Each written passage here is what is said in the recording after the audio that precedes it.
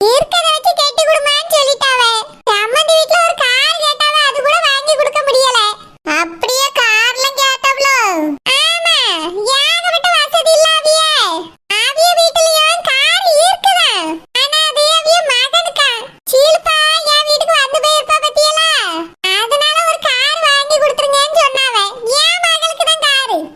ஏன் உங்க மருமகன் தான் கார்ல கூட்டிட்டு வந்துட்டு போக வேண்டியதானே? அந்த பிள்ளைக்கு தனியா ஒரு கார் எதுக்கு? அது வந்து சம்மந்தி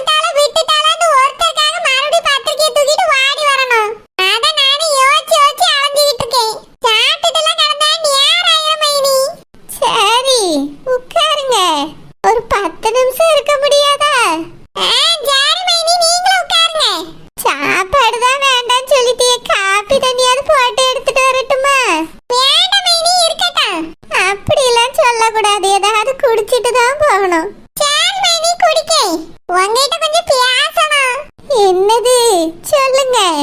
நீங்க தப்பா எடுத்துக்கிட மாட்டீங்கன்னு நினைக்கேன். அதெல்லாம் எதுவும் நான் தப்பா எடுத்துக்கிட மாட்டேன், சொல்லுங்க. அது வந்து மைனி, என் மக கல்யாணத்துக்கு ரூபா நானும் பெரட்டி பெரட்டி தான் பாக்கி சேர மாட்டேங்கி. ரூபாய கூட தள்ளுங்க, நகை கூட நான் நினைச்ச மாதிரி போட முடியல. இப்ப கல்யாணத்துக்கு வரவியெல்லாம் மொய் தான் செய்வாங்கன்னு எனக்கு தெரியும். பேசாம என் மகளுக்கு தங்கமா ஏதாவது வாங்கி போட்டாங்கன்னா எனக்கு ரொம்ப சந்தோஷமா இருக்கும். அத்தை வீட்டை போய் என்னால கேட்க முடியாது, அது அவிய இஷ்டத்துக்கு எதுனாலும் செய்வாவே. நீங்க எங்க சம்மந்தி, அதனால ஒரு உரிமையோட கேட்கும். மொய் கொடுக்கறதுக்கு பதிலா ஏதாவது நகையை எடுத்து போட்டுடலாம்ல. ஏன்னா நகையை எடுத்து போட்டீங்கன்னா காலத்துக்கு அது பேசும். மொய்யினா இவ்வளவுதான் தந்தாவன்னு நோட்ல எழுதி வச்சதோட முடிஞ்சிடும். நகை அப்படி இல்லல, எடுத்து பார்க்கும் போதெல்லாம் உங்க ஞாபகார்த்தமா இருக்கும். அப்படியே என்கிட்ட மொய் தான் செய்யணும்னு சொல்லிக்கிட்டு இருந்தாவ. மைனி, மொய் எல்லாரும் தானே செய்யறாவே. நம்ம ஒண்ணுக்குள்ள ஒண்ணு எப்பவும் மனசுல நிக்கிற மாதிரி நகையை செஞ்சிட்டா நல்லா இருக்கும். ஆனந்த கல்யாணத்துக்கு சூர்யா கல்யாணத்துக்குலாம் நீங்க அப்படிதானே செஞ்சிருக்கீங்க. ஏன் மவளை மட்டும் எதுக்கு விட்டு வைக்கணும் சொல்லுங்க. இல்ல, நாங்க அப்படிலாம் எதுவும் தப்பாலாம் நினைச்சலாம் செய்யல. நீங்க எதுவும் நினைக்க மாட்டீங்கன்னு எனக்கு தெரியும், அதனால தானே உங்ககிட்ட வந்து கேட்டேன்.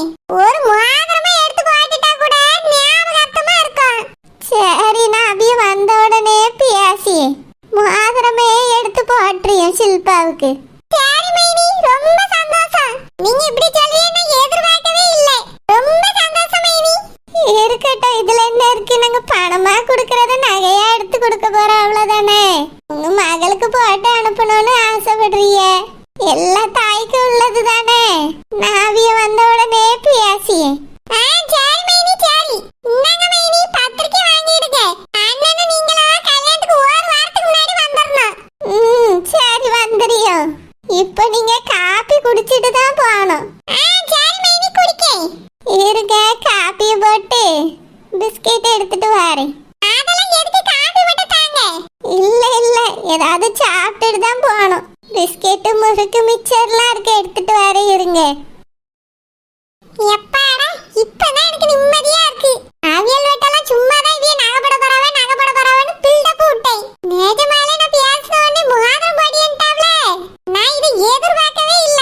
மொய் தான் செய்வாவேன்னு நினைச்சேன். நல்ல வேளை முகாதம் போடியன்ட்டாவே. இப்பதான் நிம்மதியா இருக்கு. எப்படியே என் மாவளுக்கு நகை சேர்ந்தா எனக்கு சந்தோஷம் தான். ஹலோ சரோஜா.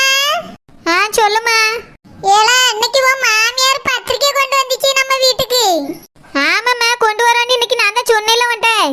அது வரணும்னு எனக்கு தெரியும், அதனால தான் சொன்னேன். காப்பி போட்டு கொடுத்தியாம்மா? இல்லைன்னா அதுக்கும் வீட்டுக்கு வந்து ஏதாவது குறை சொல்லும். ஏலா, அவியகிட்ட காப்பி குடிக்கிறீங்களான்னு 10 தடவை கேட்டுட்டேன்.